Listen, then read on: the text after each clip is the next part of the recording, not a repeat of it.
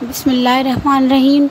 Assalamu alaikum, dear students of class second year. It's your zoology teacher, and today you will learn about the kidney stones. Okay, so dear students, in previous lectures you have learned about the kidney, functions of the kidney, and also you have learned about the nephron. What is nephron? Structural and functional unit of kidney is called nephron. And now you will learn about the kidney stones. So how the kidney stones are the made? Okay, so kidney stones which are also called the calculi. Okay, kidney stones को हम दूसरा बोलते हैं कैल्कुलाई.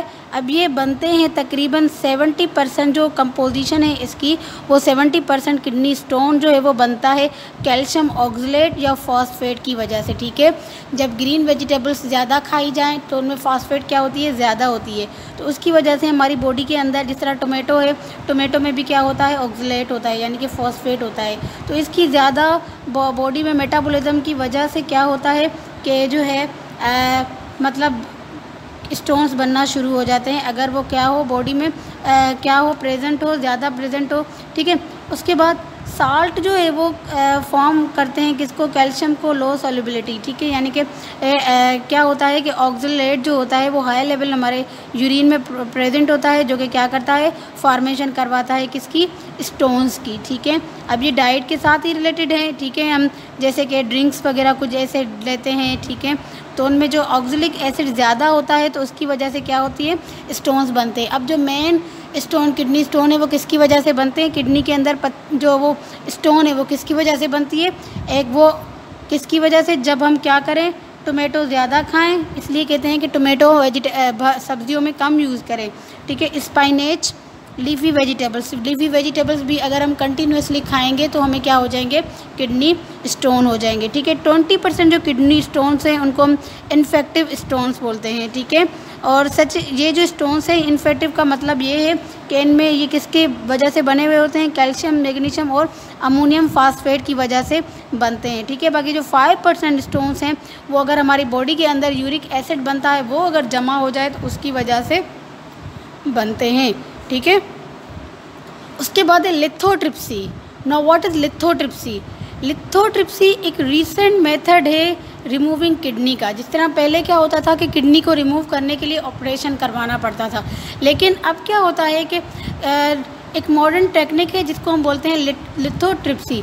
इसमें क्या किया जाता है कि शॉक वेव या अल्ट्रासोनिक वेव दिए जाते हैं, किसके लिए, उस स्टोन जो अंदर मतलब बन जाता है उसको ब्रेक किया जाता है, कैल्कुलाई को. ठीक है, किसके बाद फिर ताकि वो आराम से रिमूव हो जाए. अब ये जो अल्ट्रासोनिक जो लिथोट्रिप्सी है, ठीक है, ये इसमें जो है क्या किए जाते हैं, एक टेलीस्कोप ट्यूब यूज़ किया जाता है किसके लिए, ताकि हम स्टोन को क्या कर सकें, ब्रेक कर सकें. ठीक है, उसके बाद शॉक वेव दिए जाते हैं. ठीक है, अब ये एडवांस मेथड है, शॉक वाला ये क्या है, एडवांस मेथड है जिसके ज़रिए क्या किए जाते हैं, स्टोन्स को तोड़ा जो है वो जाता है. ठीक है, अब ये मतलब जो है एक अच्छा ट्रीटमेंट नहीं है लिथोट्रिप्सी. अब थोड़ा सा भी अगर स्टोन लिथोट्रिप्सी की वजह से अगर रह गया तो फिर क्या होता है कि वो जाकर जो है वो उसमें से बड़ा न्यू स्टोन जो है वो जाकर बनता है. इसलिए ज़रूरी है कि सर्जरी करके, मतलब ऑपरेशन करके स्टोन को पूरी बॉडी मतलब जो है वो रिमूव करवाया जाए. ठीक है, अब उसके बाद क्या होता है कि जब इनको ब्रेक डाउन किया जाता है तो वो क्या होते हैं, फिर यूरिन के साथ जो है वो छोटे छोटे टुकड़े जो बन जाते हैं स्टोन के, वो यूरिन के साथ क्या हो जाते हैं, निकल जाते हैं. ठीक है, आपको पता है कि किडनी है ये. ठीक है, किडनी में अगर कोई स्टोन है तो ये यूरिटर इसको ब्लॉक कर देगा. ठीक है, यहाँ पे अगर स्टोन है इसको ब्लॉक कर देगा, यूरिन पास होगा जब तो पेन होगा. ठीक है, एब्डोमेन में क्या होगा, पेन होगा. अगर यही टुकड़े को यहाँ पे ब्रेक ज़रा कर दीजिएंगे तो फिर वो आराम से यूरिन के साथ क्या होगा, पास आउट होकर यूरिनरी ट्यूब में के साथ आएगा, देन बॉडी में से रिमूव आउट हो जाएगा. ठीक है, देन सेकंड है रेनल फेल्यूर. रेनल किसके लिए यूज़ करते हैं हम, किडनी के लिए. ठीक है, मेडिकली किडनी को हम बोलते हैं रेनल. अब ये ऐसी रेनल फेल्यूर है जिसमें हमारी किडनी कम्प्लीटली फेल हो जाए काम करना, तो उसको हम बोलते हैं रेनल फेल्यूर, यानी कि reduction in the ability of kidney to filter the waste product from the blood. Kidney की एबिलिटी, किडनी का काम क्या है कि वो ब्लड को प्यूरीफाई करती है.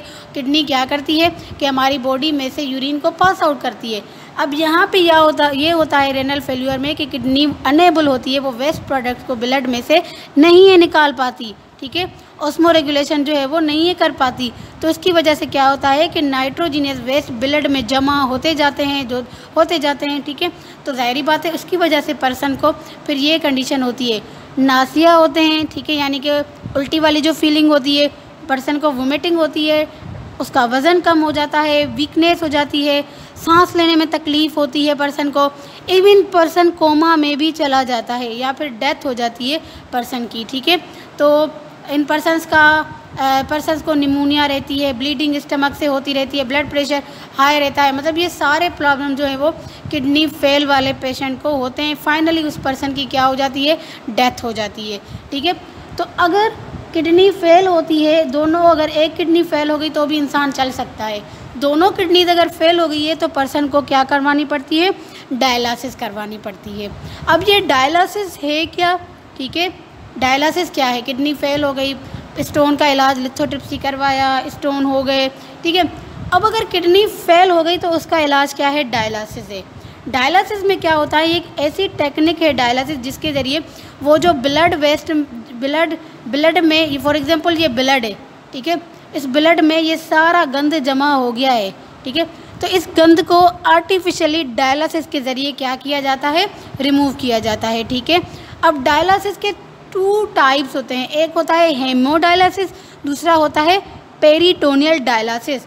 हेमोडायलिसिस में क्या किया जाता है कि फॉर एग्जांपल एक पेशेंट है, ठीक है, फॉर एग्जांपल क्या है, एक पेशेंट है, तो पेशेंट की जो किडनी है, ठीक है, वहाँ पे क्या किया जाता है कि फ्लूइड उसमें से निकाला जाता है, किसके ज़रिए, एक डायलिसिस ट्यूब जो है वो के ज़रिए, ठीक है। हेमोडायलिसिस में क्या होता है कि फॉर एग्जांपल ये एक आर्म है पेशेंट की, तो उस एक आर्म में 2 जो है वो एक आर्म से क्या होगा कि वो सारा जो इम्प्योर ब्लड होगा, जो ख़राब ब्लड होगा वो निकलेगा, वो डायलिसिस मशीन में जाएगा, वहाँ से वो क्या होगा, वो सारा प्योर हो जाएगा, यानी कि सारी वो क्लीन हो जाएगा, साफ़ हो जाएगा, फिर वो दोबारा दूसरी नलकी के ज़रिए जो है वो दूसरी नाली के ज़रिए, दूसरे ट्यूब के ज़रिए बॉडी में, यानी कि पूरा ब्लड बॉडी में से निकलेगा, वो प्यूरीफाई होगा, फिर दोबारा उस पेशेंट को जो है वो लगाया जाएगा, ठीक है। किसके ज़रिए होता क्या है कि हेमोडायलिसिस में ब्लड जो है वो पंप हो जाता है ट्यूब के ज़रिए, ठीक है, पार्शली परमेबल जो मेम्ब्रेन है, ठीक है, यानी कि एक आर्टिफिशियली डायलिसेट लगाया जाता है,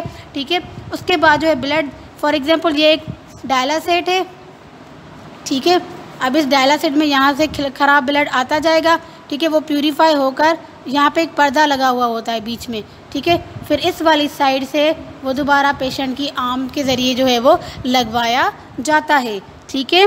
तकरीबन ये जो हेमोडायलिसिस है ये 6 to 10 आवर्स लेती है, 6 से 10 घंटे हेमोडायलिसिस में लग जाते हैं, और ये वीक में 3 टाइम जो है वो करवानी पड़ती है, ठीक है, यानी कि हर 2-3 दिन बाद जो है वो हेमोडायलिसिस करवानी पड़ती है, ठीक है। उसके बाद जो है पेरिटोनियल डायलिसिस में क्या होता है कि जो एब्डोमेन वाली साइड है, एब्डोमेन वाली साइड से पे जो है वो एक ट्यूब लगाया, मतलब एक बैग लगाया जाता है कि हॉस्पिटल में, जिसको हम बोलते हैं कैथेटर। कैथेटर क्या होता है, एक बैग होता है जो कि पेरिटोनियल कैविटी में, पेरिटोनियल कैविटी यानी कि हार्ट की जो बाहर वाली कैविटी होती है, मेम्ब्रेन होती है, उसको हम पेरिटोनियम बोलते हैं ना, तो उसकी जो कैविटी होती है वहाँ पे ये लगाया जाता है, ठीक है, कुछ घंटों के लिए।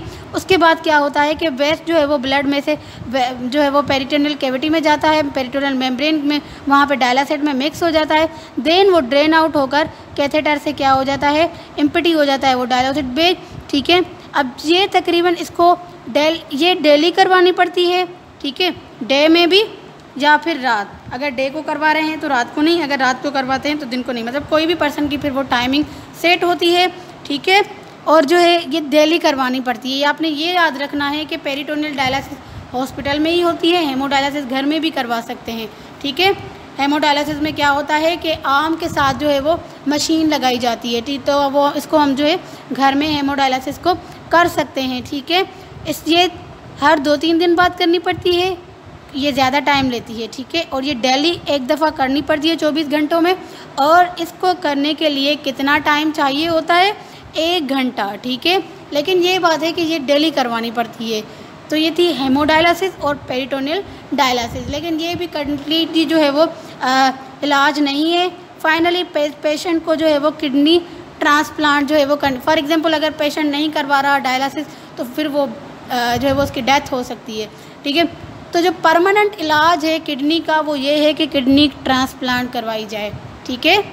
किडनी ट्रांसप्लांट कैसे होती है कि मतलब जिसके साथ आपकी किडनी मैच हो रही हो उससे जो है वो लेकर किडनी जो है वो क्या कराई जाए, ट्रांसप्लांट करवाई जाए। हेल्दी किडनी 80% जो है मतलब ये सक्सेसफुल हो जाती है, ठीक है। Okay, thank you dear students, this is all about the excretory system.